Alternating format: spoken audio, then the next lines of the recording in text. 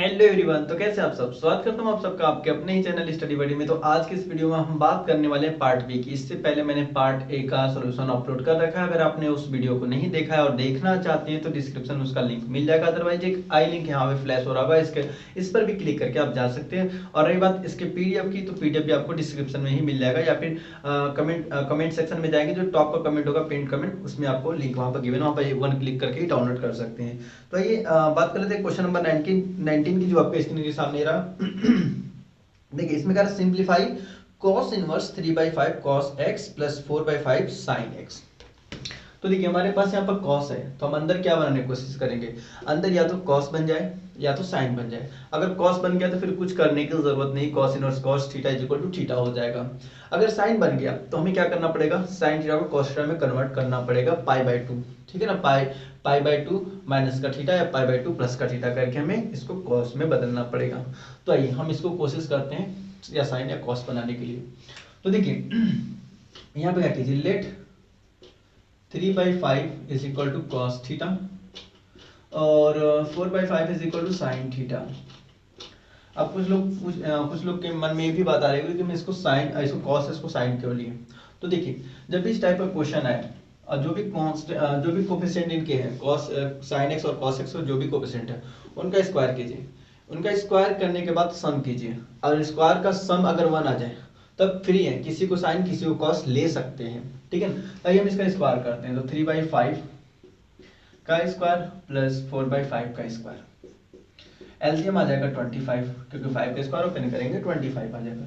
3 के square 9 plus 4 का square 16 is equal to 25/25 आ गया। यहाँ से कैंसिल आउट होकर कितना आ जाएगा, 1 आ जाएगा, ठीक है ना। तो 1 अगर आ गया, इनके स्क्वायर का सम अगर 1 आ गया तो अब इसको साइन भी ले सकते हैं, इसको कॉस भी ले सकते हैं, कोई फर्क नहीं पड़ेगा। लेकिन अगर इसको साइन लिया, इसको कॉस लिया, तो देखिए क्या बन जाएगा, sine theta cos x plus cos theta sine x. Actual में यहाँ पर एक्स है, यहाँ पर एक्स ले लीजिए क्योंकि थीटा ले लिया, या फिर यहाँ पर एक्स ले सकते हैं, कोई फर्क नहीं पड़ेगा, ठीक है ना। यहाँ पर वाई है, सॉरी एक्स रहेगा तभी तो सेम आएगा, यहाँ पर एक्स है, ठीक है। तो देखिए हमने क्या बोला, यहाँ पर साइन भी ले सकते हैं, यहाँ पर कॉस भी ले सकते हैं, लेकिन जब साइन और कॉस लेंगे तो यहाँ पर साइन थीटा का फॉर्मूला बनेगा, साइन ए प्लस बी का बनेगा। अगर कॉस और साइन ले लिए, कॉस और साइन लिए, तो इसमें कॉस का फॉर्मूला बनने वाला है। तो देखिए आइए हम लगे यार थीटा की वैल्यू भी निकाले। तो देखिए tan theta is equal to sine theta by cos theta is equal to 4/5 upon 3/5, 5 cancel out, 4/3 आ गया। तो यहाँ से कितना आ जाएगा, theta is equal to tan inverse 4/5 sorry 4/3 हो गया। यहाँ से थीटा की वैल्यू 4/3 आ गई। तो आई देयरफॉर cos इनवर्स, यहाँ पर cos थीटा हो जाएगा इंटू cos x हो गया, प्लस साइन थीटा हो जाएगा इंटू साइन x हो जाएगा, साइन x, ठीक है। देखिए cos a cos b plus sine a sine b कितना होता है, cos a माइनस बी का फॉर्मूला है, cos a माइनस बी का फॉर्मूला है। तो यहाँ पर हम इसको क्या लिख सकते हैं, इम्प्लाई, यहाँ से क्या हो जाएगा cos इनवर्स यहाँ पर कितना हो जाएगा, cos x minus theta. Theta की वैल्यू हमने इसलिए निकाला था कि यहाँ पर फर्दर थीटा की वैल्यू रखते हैं। अब देखिए cos inverse cos theta is equal to theta होता है, यहाँ से कितना हो जाएगा, इसकी वैल्यू जो है x माइनस थीटा आ जाएगा। अब फिर x की वैल्यू x में ही रहने दीजिए और थीटा की वैल्यू अपने यहाँ निकाल रखा है, तो कितना लिखेंगे, माइनस का tan इनवर्स 4/5, सॉरी 4/5 क्यों बार बार 5 आ रहा है, 4/3 होगा। ये आपका आंसर यहाँ से हो जाएगा। तो वीडियो को पॉज करके नोट डाउन कर लीजिए, अगर कोई डाउट हो तो पूछ सकते हैं आप, कमेंट बॉक्स खुला हुआ वहाँ पर पूछ सकते हैं आप। तो ये चलिए इसको वीडियो को पॉज करके नोट डाउन कर लीजिए, तब तक मैं क्वेश्चन नंबर 20 को नोट लिख देता हूँ। तो देखिए क्वेश्चन नंबर 20 आपके स्क्रीन के सामने है। इसमें कह रहा है कि find the area of the larger part bounded by the y is equal to cos x and y is equal to x plus 1 and y is equal to 0। तो ये सबसे पहले कार्टेशियन प्लेन बना लेते हैं। तो हमने कार्टेशियन प्लेन बना लिया, मान लेते हैं यहाँ पर 1 है, यहाँ पर माइनस का 1 है, क्योंकि हमें पता है cos की मैक्सिमम वैल्यू 1 होती है, मिनिमम वैल्यू -1 होती है। इसी के बीच में क्या करेगा, वो पीरियोडिक बनाता रहेगा, पीरियडिक। तो आइए हमने पहले cos का ग्राफ प्लॉट कर लेते हैं। कर्व हमने ड्रॉ किया cos वाला, तो हमारे पास मानते हैं cos वाला है फंक्शन, ठीक है। अब इसके बाद आते हैं इसकी बारी, तो इसको कैसे प्लॉट करेंगे। तो देखिए पहले इसके पॉइंट लिख लेते हैं, कितना होगा, माइनस का पाई/2, 0 और यहाँ पर हो जाएगा पाई बाई 2 कॉमा 0, और यहाँ पर कितना हो जाएगा, ये हो जाएगा 1 कॉमा 0। वहाँ पर कॉस की वैल्यू 1 होने वाली है। अब देखिए इसके बाद यहाँ कितना आएगा, y इज इक्वल टू हमारे पास है x प्लस 1, तो हम एक बार x की वैल्यू 0 रखा तो y की वैल्यू हमें कितना मिल गया 1। एक बार हम y की वैल्यू 0 रख देते हैं तो x की वैल्यू कितना मिल जाएगा माइनस का 1। तो हमें पॉइंट कौन कौन सा मिला, 0,1 and second point is minus का 1,0 मिला। तो मान लेते हैं कि हमारे ये तो हमारे पास साफ साफ दिख रहा है, इसको मान लेते हैं कि यहाँ पर हमारे पास कितना माइनस का 1,0 है। तो हमने क्या किया, यहाँ से लाइन ड्रॉ कर दिया, ये लाइन हमारे पास चली गई, ठीक है। तो हमारे पास सबसे लार्जर पार्ट, देखिए 2 पार्ट मिला है, पूरा कर्व 2 पार्ट में डिवाइड हो गया, एक तो ये और दूसरा ये वाला पार्ट। तो देखिए एक तो हमारे पास ये वाला हो गया, यही लार्जर है, तो इसी का हमें एरिया निकालना है, ठीक है ना, इसी का हमें एरिया निकालना है। तो आई तो required area is equal to, हाँ required area is equal to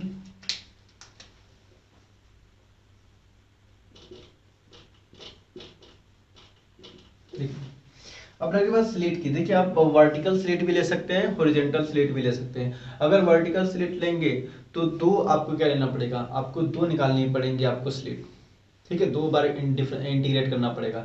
अगर आपने हॉरिजॉन्टल लिया तो एक ही बार काम हो जाएगा, लेकिन उस केस में आपको लिमिट खोजनी पड़ेगी कि y की मिनिमम वैल्यू कितनी है और मैक्सिमम वैल्यू कितनी है, ठीक है ना। तो उस केस में अभी के लिए फिलहाल क्या करते हैं, अभी के लिए थोड़ा सा लेंथी प्रोसीजर अपना लेते हैं, लेकिन ईजी है। हम क्या लेते हैं, एक हमने यहाँ से वर्टिकल स्लिट लिया, तो देखिए ये स्लिट यहाँ ले चाहे यहाँ पर लें, कहीं भी ले लें, ये कहाँ जा रहा है, यहाँ इस लाइन से इसी लाइन पर टकरा रहा है, और यहाँ तक उसी लाइन पर टकराएगा, लेकिन जैसे इधर आएंगे क्या होगा, इस लाइन से कर्व पर जाएगा, तो यहाँ पर क्या होगा, उसका एरिया कुछ और होने वाला है। तो सबसे पहले हम इस लाइन से इस लाइन पे जा रहे हैं, तो देखिए कितना हो जाएगा, इंटीग्रेशन ऑफ, देखिए हम इस लाइन से इस लाइन पर गए थे, इसकी मिनिमम वैल्यू कितना है, यहाँ पर माइनस का 1 था, माइनस का 1,0 था, तो माइनस का 1 हो गया, और मैक्सिमम वैल्यू यहाँ कहाँ है, 0 पर है, 0,0 तो 0 हो जाएगा।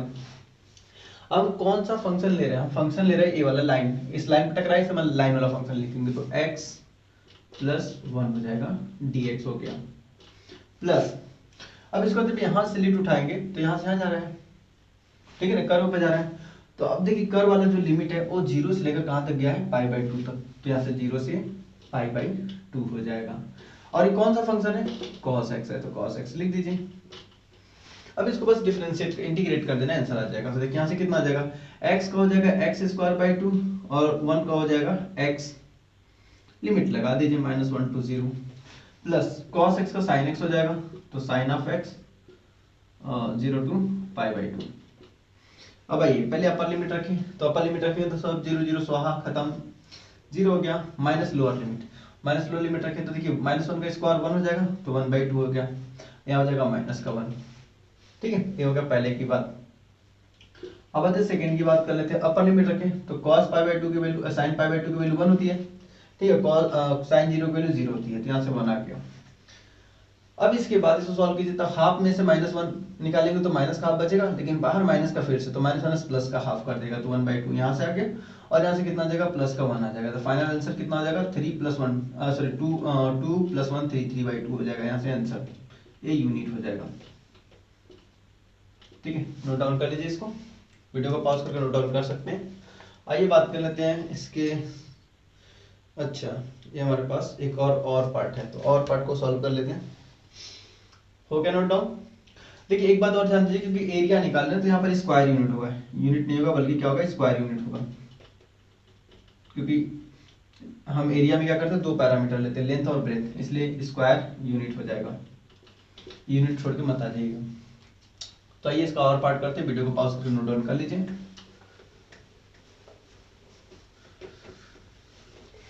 तो 20 का और पार्ट क्या है,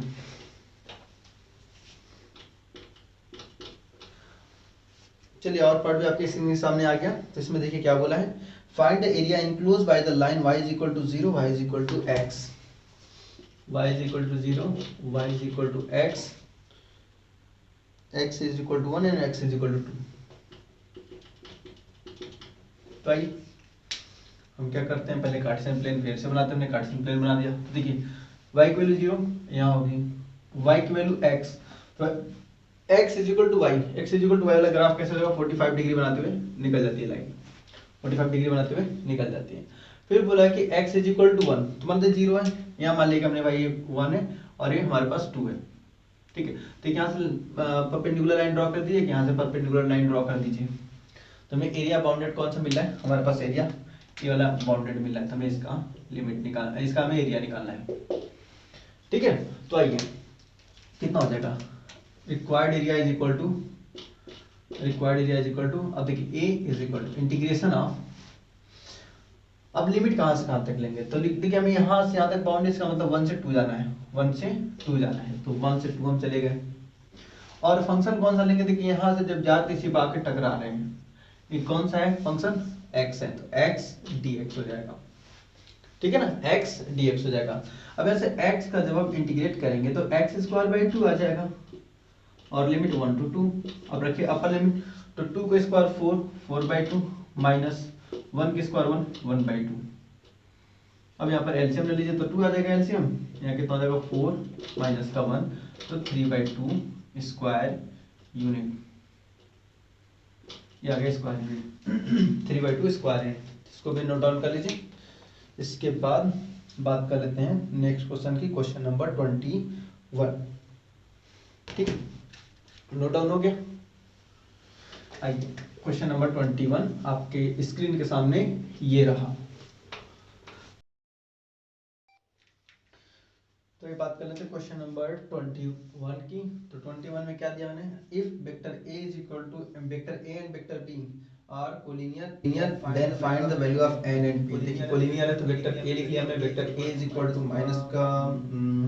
माइनस का 3i प्लस का nj प्लस का 4k, सबके ऊपर कैप लगा दिया, गर्मी बढ़ गई है, इन लोगों को धूप बहुत ज्यादा लग रहा है इसलिए कैप लगा दिया। Vector b is equal to, यहाँ से कितना हो जाएगा माइनस का 2i कैप प्लस का 4j कैप प्लस का pk। अब देखिए आमिर खान वाला pk नहीं है, यहाँ पर p कांस्टेंट है और k यूनिट वेक्टर है। चलिए आइए, देन कोलिनियर है तो उस केस में देखिए हमें पता है कि जब दो वेक्टर कोलिनियर होते हैं तो vector a is equal to lambda time of vector b होता है, ठीक है, कोई स्केलर क्वांटिटी के मल्टीपल के बराबर होता है। तो आइए हम क्या करते हैं, दोनों वेक्टर को लिख लेते हैं, तो यहाँ से कितना हो जाएगा माइनस का 3i प्लस का nj प्लस का 4k, फिर से कैप लगा दीजिए सब पर, is equal to lambda time of minus का 2i कैप प्लस का 4j कैप प्लस का pk कैप। मल्टीप्लाई करके कोफिशिएंट को बराबर रख लीजिए, मल्टीप्लाई करने के बाद कोफिशिएंट को मतलब कोफिशिएंट को कंपेयर करा लीजिए। देखिए कोफिशिएंट को जब हम कंपेयर कराएंगे, जब हम कोफिशिएंट को कंपेयर कराएंगे तो देखिए यहाँ से कितना हो जाएगा, यहाँ से i का कोफिशिएंट कितना है माइनस का 3 आ जाएगा, और पहले लिख ही लेते हैं उसके बाद कंपेयर कराते हैं। माइनस का 3i प्लस का nj कैप प्लस का 4k is equal to minus का 2 लैम्डा i प्लस का 4 लैम्डा j प्लस का लैम्डा pk, ठीक है। तो ऑन कंपेयरिंग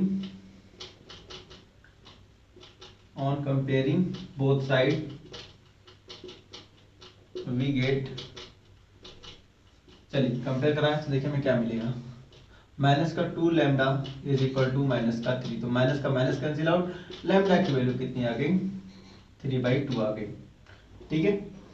अब इसके बाद यहाँ से कंपेयर करते हैं, n इज इक्वल टू कितना आ जाएगा, यहाँ से आ जाएगा 4 लैम्डा, ठीक है, लैम्डा की वैल्यू यहाँ निकाल रखा है, यहाँ पुट कर दीजिए, तो कितना आ जाएगा 4 इंटू 3/2, तो 2 से 2 कैंसिल आउट हो जाएगा, तो कितना बचेगा 6, ठीक है, n की वैल्यू कितनी आ गई 6। अब आते हैं लास्ट वाले, तो देखिए यहाँ से k का कोफिशिएंट कंपेयर करा लीजिए, यहाँ से कितना आ जाएगा 4 इज इक्वल टू, यहाँ से कितना हो जाएगा लैम्डा p। अब यहाँ से क्या कीजिए p इज इक्वल टू कितना हो जाएगा 4 टाइम ऑफ 4 बाई लैम्डा। अब लैम्डा की वैल्यू पुट कर दीजिए, तो लैम्डा कितना हमारे पास, लैम्डा देखिए लैम्डा की वैल्यू हमने निकाला 2/3 3/2, ध्यान रख दीजिए 4/3/2, तो 2 कहाँ चला जाएगा ऊपर, तो 3 2 8 हो जाएगा, 8/3 हो जाएगा, ठीक है। तो यहाँ से n की वैल्यू कितनी आएगी, n is equal to 6 and p is equal to 8/3, ये हमारे पास हो जाएगा, इसको नोट डाउन कर लीजिए, ठीक है। वीडियो को पॉज करके नोट डाउन कर लीजिए, अगर कहीं डाउट है तो कमेंट बॉक्स खुला हुआ है, आप वहाँ पर डाउट से अपने क्लियर कर सकते हैं। तो ये सेकंड क्वेश्चन नंबर 22 की बात करते हैं। तो आई होप आपने लोगों ने वीडियो को पॉज करके नोट डाउन कर लिया होगा।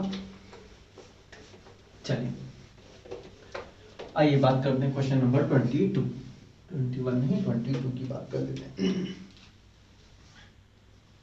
देखिए 22 में क्या बोला है, find the equation of a tangent to the curve y is equal to, हमें कर्व का इक्वेशन गिवन है y is equal to 3x square minus x plus 1, कहाँ पर एट p की वैल्यू गिवन है 1/2।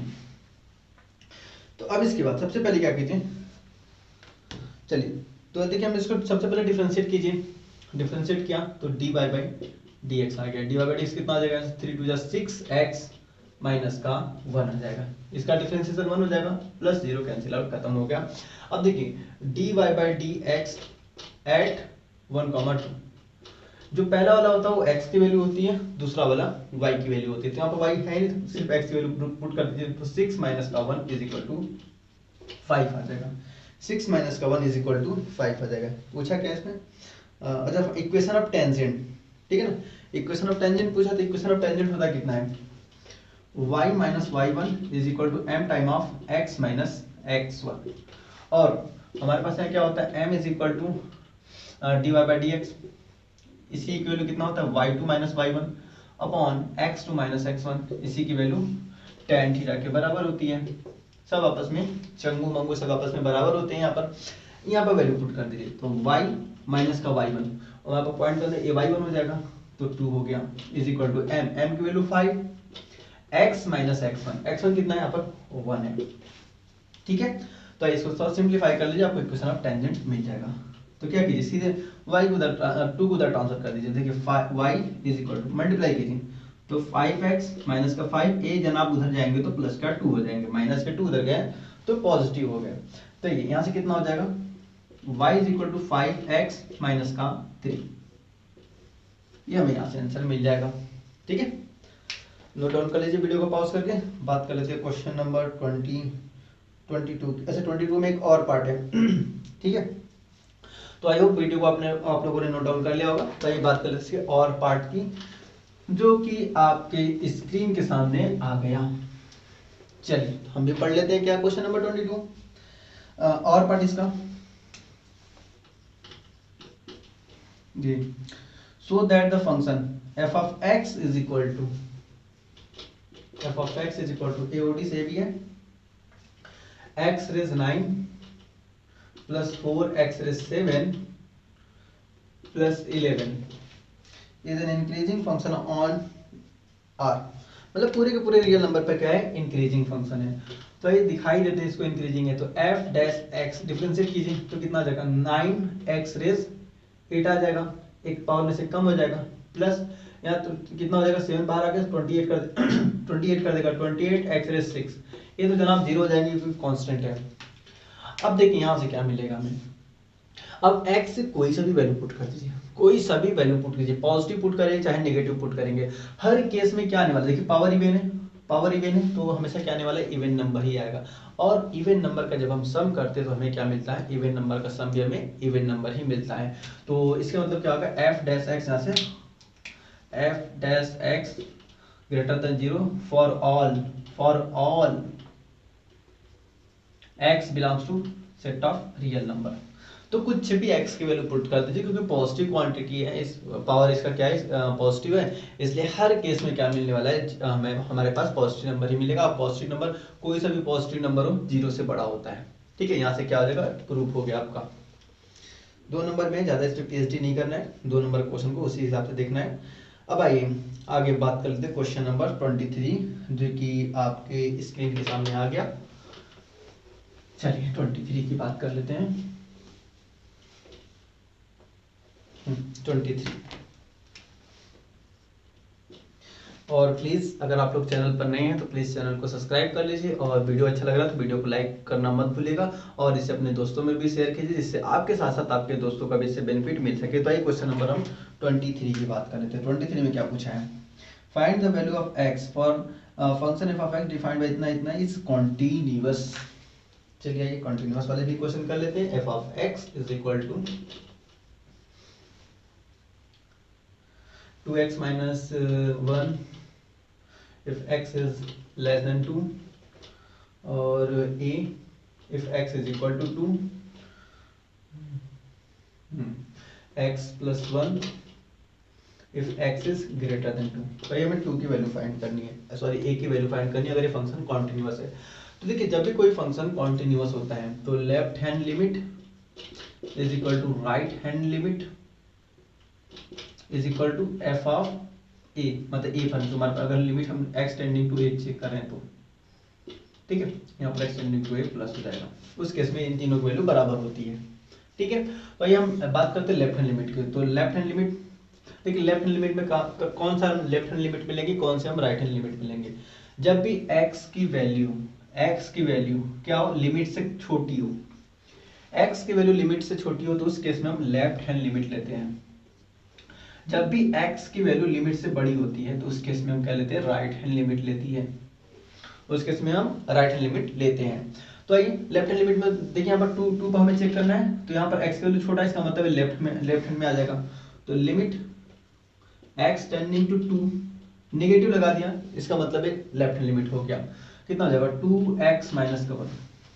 क्योंकि ये फंक्शन कॉन्टिन्यूअस है इसलिए इसका वैल्यू राइट हैंड लिमिट के भी बराबर होगा। तो राइट हैंड लिमिट कितना हो जाएगा, यहाँ limit x tending to 2 plus, ठीक है ये भी आएगा। यहाँ फंक्शन कौन सा है, x प्लस 1 है, और इसकी वैल्यू किसके बराबर रहेगा, f ऑफ 2 के बराबर।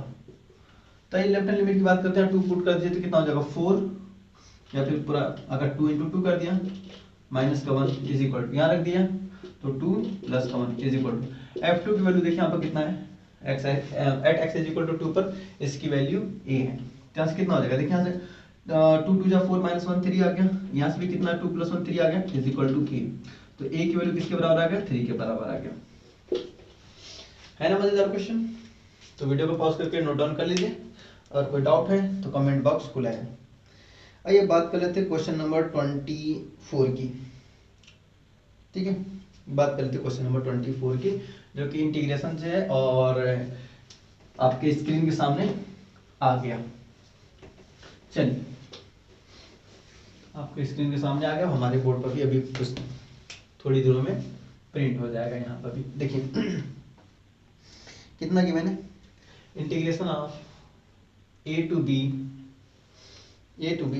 Root over x upon root over x plus, ये तो प्रॉपर्टी लग रही है, a plus b minus x d x. ठीक है, तो देखिए जितने भी डिफिनिट इंटीग्रेशन के क्वेश्चन है, जितने भी डिफिनिट इंटीग्रेशन के क्वेश्चन है, प्रॉपर्टी नंबर 3 याद रखिए, प्रॉपर्टी नंबर 3 उससे आपको लगभग 85% क्वेश्चन प्रॉपर्टी नंबर 3 से सॉल्व हो जाएंगे। आपके एनसीईआरटी में जितने भी क्वेश्चन है, मान के चलिए कि 85% जितने भी बोर्ड में पूछता है क्वेश्चन, 85% क्वेश्चन आपके प्रॉपर्टी नंबर 3 से सॉल्व हो जा रहे हैं। तो प्रॉपर्टी नंबर 3 को अच्छे से एकदम घोल के पी जाइए, एकदम उसे भूलना ही नहीं है। अब प्रॉपर्टी नंबर 3 है क्या, तो प्रॉपर्टी नंबर 3 ये कहता है कि x के प्लेस पर हमें क्या लिखना है, अपर लिमिट मतलब लोअर प्लस अपर माइनस का x को किससे रिप्लेस करना है, लोअर प्लस अपर माइनस का x से रिप्लेस कर देना। तो ये रिप्लेस करके देखते हैं।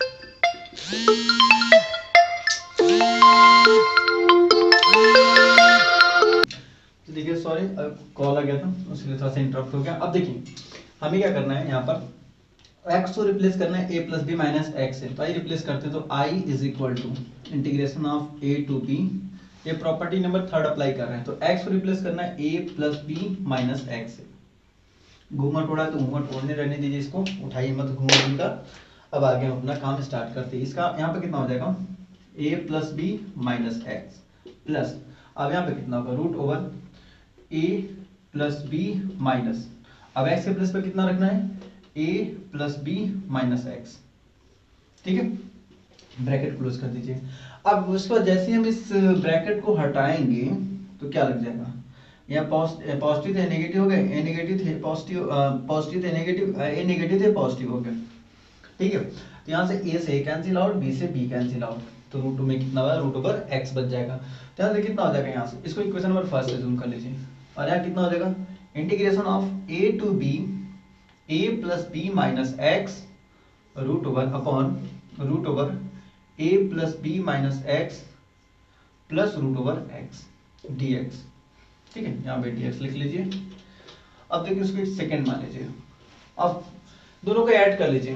तो from equation first and equation second हमने दोनों को ऐड कर लिया। तो ऐड करेंगे तो i प्लस आई 2i हो गया इज इक्वल, इधर कितना होगा, देखिए दोनों का डिनोमिनेटर सेम है, डिनोमिनेटर क्या है सेम है, तो न्यूमरेटर क्या होगा ऐड हो जाएगा, डिनोमिनेटर सेम है तो न्यूमरेटर ऐड हो जाएगा। तो न्यूमरेटर में है कितना, रूट ओवर एक्स प्लस इसके न्यूमरेटर में कितना है, इसके न्यूमरेटर में कितना है, root over a plus B minus x whole upon, देखिए दोनों का डिनोमिनेटर सेम है तो हम लिख देंगे root over x plus root over a plus B minus x a to b dx। अब देखिए न्यूमरेटर डिनोमिनेटर सेम है, कैंसिल आउट हो जाएंगे, कितना बचेगा, ओनली dx बचेगा। तो integration of dx a to b dx, और dx से इंटीग्रेशन x होता है तो यहाँ पर कितना हो गया x, और लिमिट लगा दीजिए a टू b, तो upper limit minus lower limit, upper limit minus lower limit, तो i को उधर ट्रांसफर कर दीजिए तो कितना हो जाएगा, i is equal to 1/2 b minus A. ठीक है, ये हमारे पास प्लस, हाँ ठीक है, ए आंसर हो जाएगा। ठीक है, हाफ b माइनस ए इसका आंसर हो जाएगा। नोट डाउन कर लीजिए वीडियो को पॉज करके। अब बात कर लेते हैं नेक्स्ट क्वेश्चन की, क्वेश्चन नंबर 25।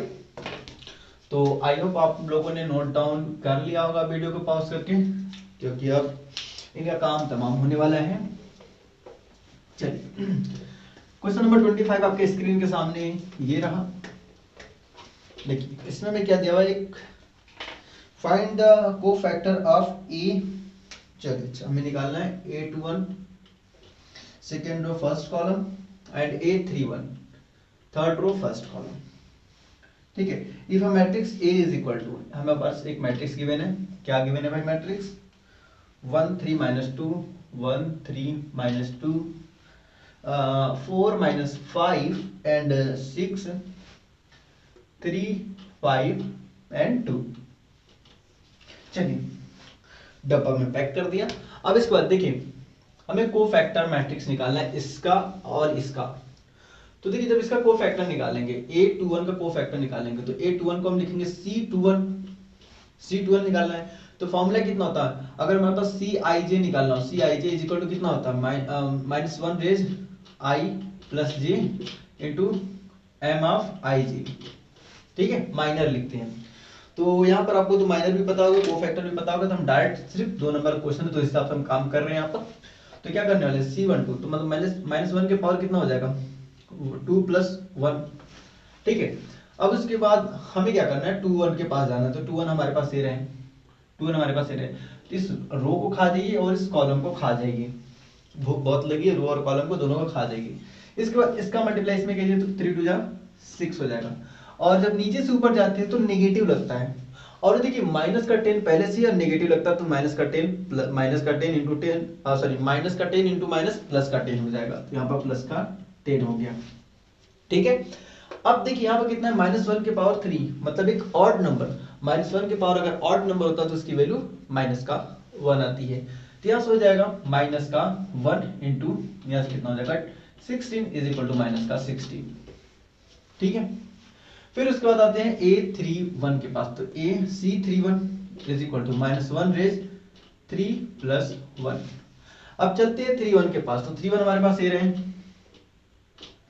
चलिए इस हमने कॉलम को खा गए और इस रो को खा गए, इसका मल्टीप्लाई इसमें कीजिए, कितना हो जाएगा 18 माइनस, ठीक है माइनस प्लस प्लस हो जाएगा, लेकिन यहाँ माइनस होता है, नीचे से ऊपर जब जाते हैं तो माइनस होता है, तो 3 माइनस आ गया तो माइनस ही रहने वाला है, तो यहाँ पर 10 हो जाएगा।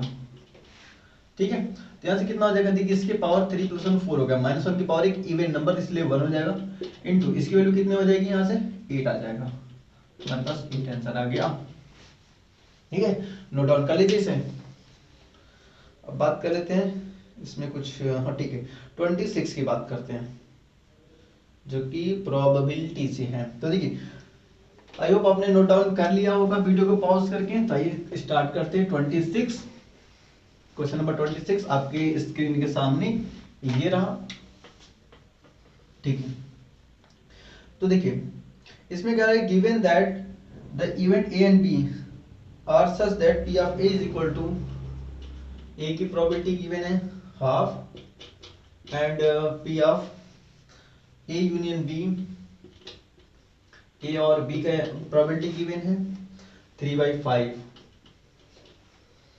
एंड पी ऑफ बी की वैल्यू पी गिवन है। अच्छा जी, P of B is equal to P. Find P if A and B are mutually exclusive और इंडिपेंडेंट। क्या बोल दिया, चलिए तो देखिए म्यूचुअली एक्सक्लूसिव और इंडिपेंडेंट, तो जब भी पहले मैं बोला कि म्यूचुअली एक्सक्लूसिव, तो म्यूचुअली एक्सक्लूसिव में क्या हो जाएगा, P of A union B is equal to P of A plus P of B. जिनको फॉर्मूला पता है वो डायरेक्ट सॉल्व कर लेंगे, ठीक है। ए म्यूचुअली एक्सक्लूसिव है, तो देखिए इसकी वैल्यू में गिवन है, कितना गिवन है 3/5 इज इक्वल टू, इसकी वैल्यू भी गिवन है 1/2, इसकी वैल्यू पी हमसे पूछ लिया तो पी रख दिया यहाँ पर। अब इसको इधर लाइए, ठीक है, तो 3/5 माइनस का 1/2 इज इक्वल टू पी। अब एलसीएम ले लीजिए तो 10 आ गया एलसीएम, 5 2 जा 10, 2 टाइम में कटा तो ऊपर मल्टीप्लाई करिए, 3 2 जा 6 हो गया, ये 5 टाइम में जाएगा तो ऊपर मल्टीप्लाई कर दीजिए तो 5 आ जाएगा इज इक्वल टू पी। तो पी की वैल्यू यहाँ से कितना आ गया 1/10 इज इक्वल टू पी, तो पी की वैल्यू 1/10 आ गई। पी मतलब बी की प्रोबेबिलिटी 1/10 आ गई। ये तो हमारे पास हो गया। और दूसरा क्या, एक मिनट सॉरी, ये पहला पूछा था, पहला हमने निकाला जब म्यूचुअली एक्सक्लूसिव था। अब उसके बाद आते हैं इंडिपेंडेंट।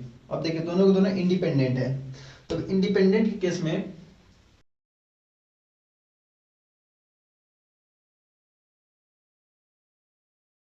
कितना हो जाएगा, P of A intersection B is equal to P of A into P of B, ठीक है। एक कब होता है, जब हमारे पास इंडिपेंडेंट होते हैं, दोनों इंडिपेंडेंट इवेंट होते हैं। तो देखिए अब यहाँ पर हम क्या करने वाले हैं, इसकी वैल्यू तो हमें नहीं पता है, तो हम क्या करेंगे, इसको उस फॉर्म में कन्वर्ट करेंगे जिसकी वैल्यू हमें पता हो। तो देखिए इसको हम कितना लिख सकते हैं, इसको लिख सकते हैं probability of A plus probability of B minus का probability of A union B लिख सकते हैं, क्योंकि हमारे पास हमने बचपन में एक फॉर्मूला पढ़ा था, बचपन मतलब 11th से पढ़ते आ रहे हैं कि P of A union P of B, P of A union B is equal to P of A plus P of B minus का P of A intersection B. अब इसको इधर लाइए, स्वैप करा दीजिए, इसको इधर इसको इधर, ठीक है, तो आपको ये फॉर्मूला दिख जाएगा। तो यहाँ से हमारे पास ये हो गया, आइए ये हमारे पास इसके प्लेस पे हो गया। अब यहाँ से P of A into P of B, आप सबकी वैल्यू पुट कर दीजिए, क्योंकि आप यहाँ पर सबकी वैल्यू आपको पता है। हमें पी की वैल्यू निकालना है कब, जब म्यूचुअली एक्सक्लूसिव हो और कब, जब इंडिपेंडेंट हो। तो देखिए पी ऑफ ए की वैल्यू 1/2 पुट कर दिया, प्लस पी ऑफ बी की वैल्यू पी माइनस का P of A union B की वैल्यू 3/5 इज इक्वल टू, यहाँ पर हो जाएगा 1/2 इंटू पी। अब पी को इधर लाइए और इसको इधर ले, पहले इसको सॉल्व कर लेते कितना आएगा। देखिए 1/2 माइनस का 3/5 इज इक्वल टू 1/2 पी, और ये जनाब उधर गए तो माइनस के पी हो गए। इनका एलसीएम फिर से 10 आ जाएगा, 10 ला दिया।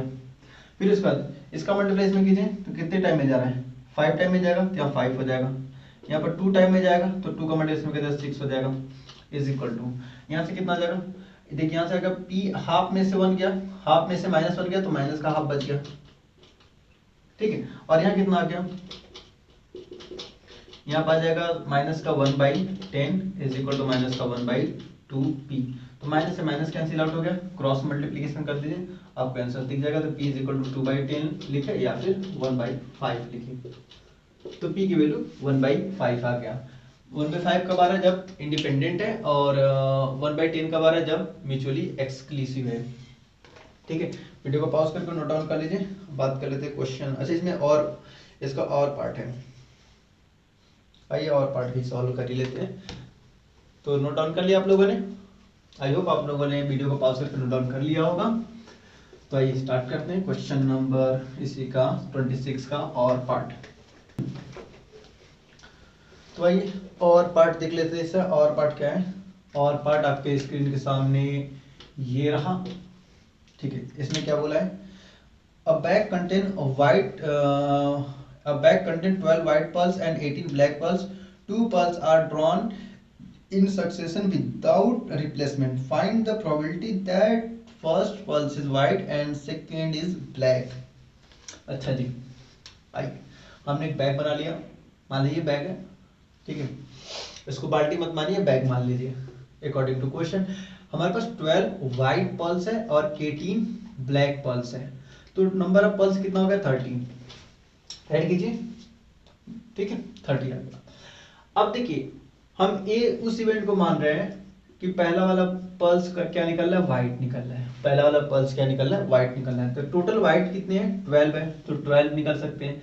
लेकिन क्या जरूरी है व्हाइट ही निकले? अगर हम एक पल्स निकालें तो कुछ भी निकल सकता है, व्हाइट भी निकल सकता है, ब्लैक भी निकल सकता है। तो टोटल पॉसिबिलिटी कितनी है, 30। फेवरेबल अपॉन पॉसिबल आ गया। अब सेकेंड बॉल के लिए सेकेंड पल्स के लिए क्या बोला कि सेकेंड पल्स ब्लैक हो, उसकी क्या पॉसिबिलिटी है? अगर फर्स्ट पल्स व्हाइट निकल चुका है तो, और विदाउट रिप्लेसमेंट, इसका मतलब है कि हमें निकाल के वापस इसमें नहीं रखना है, वापस हमें लेके मार्केट में बेच देनी है। अब आते हैं इधर, देखिए तो देखिए इसमें क्या है, पी ऑफ, अब हमें क्या पता है, ए निकल चुका है, ए निकल चुका है, तो यहाँ पर कंडीशनल प्रोबेबिलिटी लगेगी। जो निकल चुका होता है वो डिनोमिनेटर में होता है, जो निकलने वाला होता है नोमिनेटर में। तो बी हमें निकालना है और ए निकल चुका है, बी निकालना है और ए निकल चुका है, ठीक है। तो देखिए बी निकालना है, तो बी कितना है 18 अपॉन टोटल कितना बचा, देखिए पहले 30 था, अब एक कम हो गया तो 29 बच जाएगा यहाँ पर, ठीक है, 29 बच जाएगा। अब टोटल प्रोबेबिलिटी का फॉर्मूला लगा दीजिए, probability of A union B is equal to, sorry intersection होता है यूनियन का, sorry, probability of A into probability of A, sorry यहाँ भी गड़बड़ हो जा रहा है, क्या बात है, बी बाई ए, ठीक है। पहला वाला कौन सा निकला, यहाँ पहला वाला व्हाइट निकला है एंड सेकेंड वाला ब्लैक निकला है, तो उसकी प्रोबेबिलिटी आप रख दीजिए वैल्यू, आंसर आ जाएगा। तो 12 अपॉन 30 इंटू 18 अपॉन 29, कैट पीट के अपना आंसर लिख लीजिएगा। तो कितने आ रहे हैं, चलिए 6 से काटते रहे हैं, तो 6 3 जा 6 5 जा, और कुछ कटेगा नहीं, तो 36 अपॉन, इसको लिख लीजिए कितना आ रहा है, 9 5 45, 5 4 5 2 10 4 14, तो 36 अपॉन 145 इसका आंसर आ जाएगा, ठीक है। तो इतना इसकी पहले के व्हाइट और दूसरे के ब्लैक निकलने की पॉसिबिलिटी हो गया। हाँ 27 सॉल्व, आपके स्क्रीन के सामने आ गया, correct solve the differential equation dy by dx is equal to e raise x minus y plus x square into e raise minus का y, ठीक है। 27, चलिए क्वेश्चन नंबर 27 पूरा ही हट जाइए आप, हम दोबारा लिख देंगे क्वेश्चन नंबर 27। देखिए इक्वेशन क्या गिवन है, एक मिनट दोबारा से देख लेते हैं, d by d x is equal to e raise x minus y plus x square into e raise minus का वाई। और देखिए बार बार बोलना अच्छा नहीं लगता, कम से कम गुरु दक्षिणा ही समझ के वीडियो को लाइक कर दीजिए, और चैनल पहली बार विजिट कर रहे हैं तो चैनल को सब्सक्राइब कर लीजिए, और अपने घर में जितने लोग हैं सबसे सब्सक्राइब करवा लीजिए, एज ए गुरु दक्षिणा मुझे मिल जाएगा, ठीक है। स्टार्ट करते हैं। तो देखिए सबसे पहले क्या करते हैं, यहाँ पर क्या हमें देखेंगे कैसा ये है, होमोजीनियस है, वैसे लीनियर तो आएगा नहीं क्योंकि लीनियर हमारे पास कटा हुआ है, तो हमारे पास क्या होने वाला है, या तो वेरिएबल सेपरेबल होगा या तो होमोजीनियस से होने वाला है। तो सबसे पहले हम क्या करें इसको, देखिए इसको कितना लिख सकते हैं, इसको हम लिख सकते हैं ई raise x into e raise minus का वाई प्लस का x square into e raise minus का वाई, क्योंकि जब हमें पता है जब बेस बना होता है तो पावर ऐड होता है, तो यहाँ पावर ऐड कर दिया, हमने पावर को अलग कर दिया कि भाई अलग हो जाओ, तो अभी हमारे पास सोल्यूशन आने वाला है। अब इन दोनों में से ई रेज माइनस का वाई कॉमन लीजिए, तो ई रेज एक्स प्लस का एक्स स्क्वायर, ठीक है। अब एक्स वाले को एक्स वाले के पास भेजिए, वाई वाले को वाई वाले के पास भेजिए, तो देखिए यहाँ से कितना आ जाएगा, तो यहाँ पर ए इधर आ जाएगा, तो 1 upon E raise minus Y D Y is equal to A D X, साहब इनके पास चले जाएंगे, तो E raise x plus x square D x, ठीक है। अब ये जनाब ऊपर चले जाएंगे तो ई रेज वाई हो जाएंगे, d Y is equal to e raise x plus x square dx। क्या हो गया, वेरिएबल सेपरेट हो गया। तो जब वेरिएबल को सेपरेट कर लिया तो डिफरेंशिएट भी कर, इंटीग्रेट भी कर दीजिए। और ई रेज वाई का कितना होगा, with respect y e raise y हो जाएगा। अपॉन में लॉग ई होगा तो लॉग ई की वैल्यू 1 होती है, इसलिए उसको नहीं लिखेंगे। Is equal to e raise x का e raise x upon log e, यहाँ भी 1 छोड़ दीजिए, प्लस एक्स स्क्वायर का एक्स क्यूब बाई 3 प्लस का आर्बिट्री सी। ये हमारे पास आंसर आ गया यहाँ से इसका डिफरेंशिएशन। ठीक है, चलिए आइए। और इसमें अगर y में निकालना हो तो क्या करेंगे उस केस के लिए, अगर आपको y में निकालना हो तो क्या करना पड़ेगा, इसको इधर लाइए, नहीं छोड़ दीजिए, क्योंकि लॉग लेने में फिर प्रॉब्लम हो जाएगी, y में नहीं आ पाएगा। इसी फॉर्म में इसको सही अच्छा लग रहा है, इस फॉर्म में, इस फॉर्म में। वैसे भी 2 मार्क्स का क्वेश्चन है, ज़्यादा सॉल्व करने के पीछे नहीं पड़ना में, इतना सॉल्व हो गया इतना बहुत है, 2 नंबर मिल गया आपको। आइए बात कर लेते हैं क्वेश्चन नंबर 28 की। ठीक है, हो गया, आई होप आपने नोट डाउन कर लिया होगा। तो ये सेक्शन बी, पार्ट बी का सेक्शन 3 का लास्ट क्वेश्चन, लास्ट क्वेश्चन है 28, क्वेश्चन नंबर 28। चलिए क्वेश्चन नंबर 28 भी आपकी स्क्रीन के सामने ये रहा। तो इसमें क्या बोला, find the number of triplet x y z satisfy the equation x inverse sine inverse x plus sine inverse y plus sine inverse z is equal to 3 pi by 2। क्या बात है जी, क्या क्वेश्चन पूछा है, बहुत ही धमाकेदार, बहुत ही उम्दा क्वेश्चन है। डायरेक्ट तो ट्रिक पर है, डायरेक्ट ट्रिक पर है, इसका आंसर हम बता रहे हैं कैसे लिखना है आपको। देखिए